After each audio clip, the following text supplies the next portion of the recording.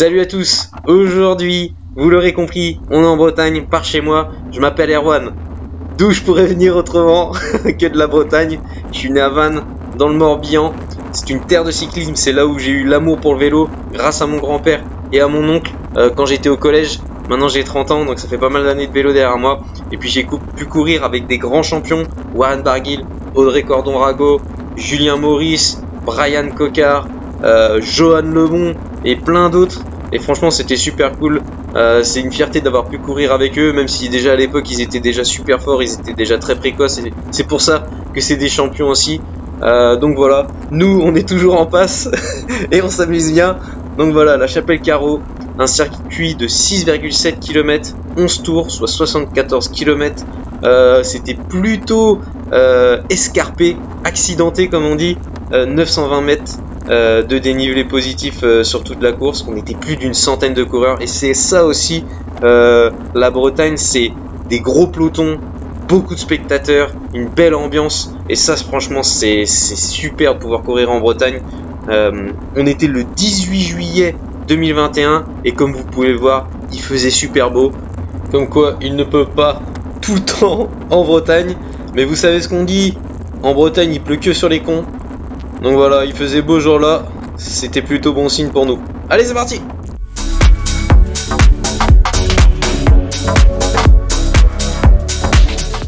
C'est parti pour cette course de la Chapelle-Carreau. J'ai trop hâte. Ah, c'est une super course. Magnifique, magnifique. Déjà, je vais vous montrer les difficultés de circuit. Là, on arrive dans un mur. Clairement, c'est un mur 300 mètres à 9% de moyenne avec des max à 15%.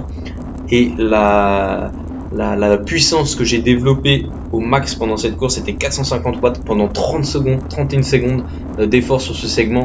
Donc en gros, c'était une full gas, j'étais sur la plaque, c'était vraiment difficile.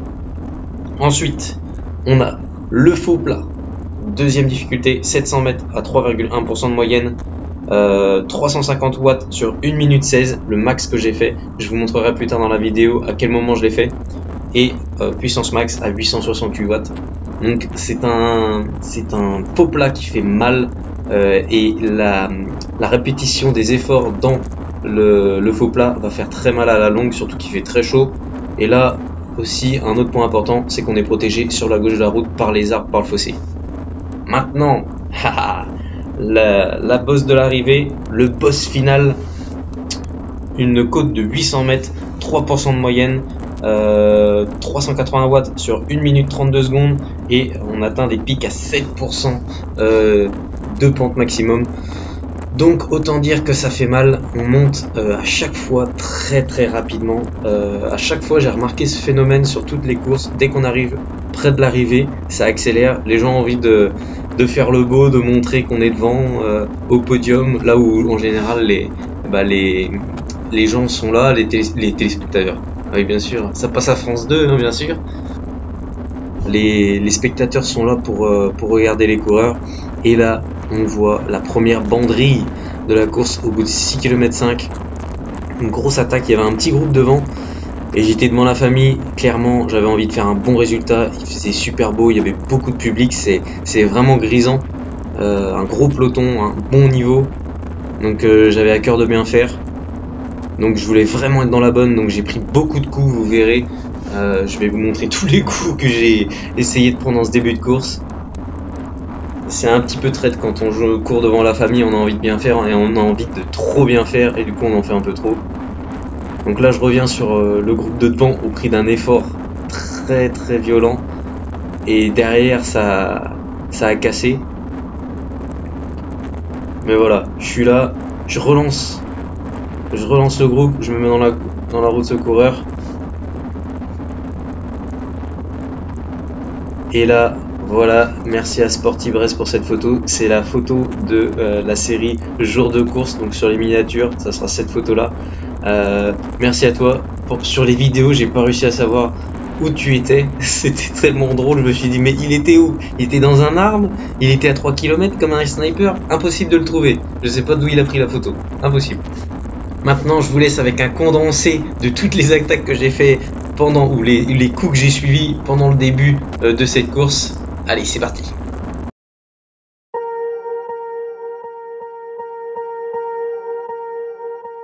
Swear I won't forget this, why do I regret this? In my mind reckless, thoughts are feeling endless. Sitting up I'm breathless, anxiety's infectious. I feel so defenseless, betrayed and embarrassed. I hate being open, I hate being broken. I feel like an ocean filled up with emotion. Anger ain't a potion, rub it on like lotion. I can feel it soaking, reopen, the scars have awoken.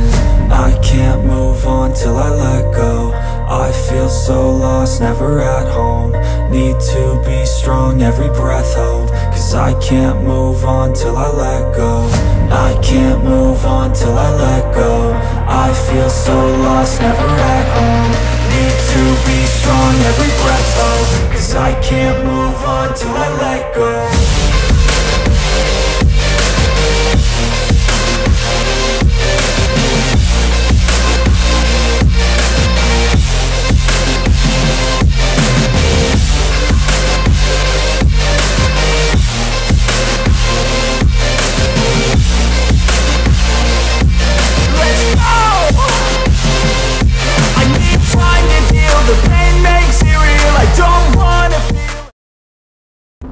Voilà, après moult et moult attaques, je me repositionne dans le peloton parce que j'ai besoin de respirer. Comme beaucoup d'autres coureurs dans le peloton, au kilomètre 30, tout le monde s'est couché. Après un début de course mouvementé comme pas possible, j'ai rarement vu ça dans une course. Le début de course c'était incroyable, il y avait attaque sur attaque, j'ai essayé de suivre un maximum de coups. Là on voit mon père qui me file un bidon au kilomètre 38 au bout d'une heure de course. C'est à peu près la règle, en gros c'est un bidon par heure qu'on consomme, et là ce jour là il faisait 34 degrés, donc c'est même un peu tard, mais bon j'avais déjà commencé à entamer mon deuxième bidon, donc on est bien. Mais il fait chaud, on commence à sécher comme des saucissons secs, là, peloton, on s'est tous couchés, et pendant ce temps, il y a deux petits malins qui ont prévenu personne, qui n'ont pas envoyé des SMS, ni de mail, ils sont partis comme ça tranquille, personne ne les a vus. Et voilà, ils sont devant maintenant, ils ont plus d'une minute d'avance, 1 minute 30, et tout le monde s'est couché, tout le monde dit plus rien. Et c'est ça en fait le problème quand t'es tout seul de ton club aussi, parce que là, je suis au PCO, Paris Cycliste Olympique, je suis en Bretagne, donc je suis tout seul de mon club. C'est vraiment difficile parce qu'en fait, quand t'es en club, eh ben, tu peux te relayer pour aller essayer de prendre la bonne échappée. Donc déjà, t'as pas tous les coups à suivre, et en plus, quand t'es dans un coup, eh ben, tes copains derrière, ils peuvent faire le job pour éviter que le peloton revienne et ralentir ce peloton. Donc voilà les avantages d'avoir une équipe, et quand tu es tout seul, bah, tu dois faire le job tout seul. Maintenant, nous voilà au kilomètre 50. Là, je me dis, il va falloir faire quelque chose parce que nos deux petits copains devant, ils ont 1 minute 30 d'avance, 2 minutes. Si on veut aller gagner la course, c'est maintenant. Donc là, il y a une attaque, mais je peux pas y aller. Je suis bloqué à droite, je suis bloqué à gauche, je suis bloqué devant. Je ne peux pas me glisser pour contrer, pour prendre l'échappée. Et là on voit que le début de course a été très animé parce qu'il n'y a personne qui va. Tout le monde a vraiment plus envie de faire d'efforts, tout le monde attend, tout le monde est passif. Et c'est là qu'on voit que la course a été très difficile jusqu'ici, et la chaleur commence à taper sur le système, la répétition aussi des difficultés commence à jouer sur les organismes. Donc là je me dis, je m'en fous, il faut vraiment que j'y aille. Donc là, dès que j'ai un trou, hop, j'y vais. Donc je place mon attaque et je vous remets en fait les données que je vous ai montré plus tôt dans le début de cette vidéo. Donc là, l'attaque c'était 350 watts, 1 minute 16 sur le segment, avec une puissance max à 868 watts. C'est ce qui m'a été nécessaire pour sortir du peloton et rejoindre mon compagnon d'échappée. Donc là, c'est un gros effort, très violent, mais j'étais vraiment en forme. Quand j'ai rappuyé sur les pédales, ça répondait bien, donc j'étais plutôt content. Et maintenant, il va falloir assumer. Et là, c'est all-in. Là, j'ai mis 4 sur table. Parce que, avec la répétition des efforts et en faisant cet effort-là, je mise pour revenir sur les coureurs devant et pour me détacher du peloton. Et du coup, je peux aussi tout perdre. Donc ça veut dire que si le peloton revient sur nous, bon bah voilà, les gars dans le peloton, ils sont frais. Donc ils vont m'éclater.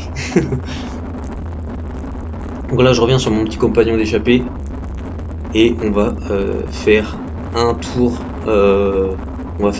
ensemble. Et le problème qu'on va avoir en fait, c'est qu'on est à 2 contre 2, donc c'est difficile de reprendre du temps quand tu es à égalité de personnel, on va dire. 2 contre 2, vous faites le calcul, c'est simple, on n'est pas en bonne condition, surtout qu'on a 1 minute 30, 2 minutes à rattraper. Et je peux vous dire que 2 minutes ou 1 minute 30, c'est énorme. Franchement, c'est très très difficile à récupérer. Déjà, quand vous êtes à 30 secondes de quelqu'un, vous pensez qu'ils sont pas loin, vous les voyez. Et avant de revenir dessus, je peux te dire qu'il va falloir cravacher. Donc là, 1 minute 30, 2 minutes à 2, ça va être très compliqué. Il faut qu'il y ait un compte qui revienne, ou sinon, on est mort.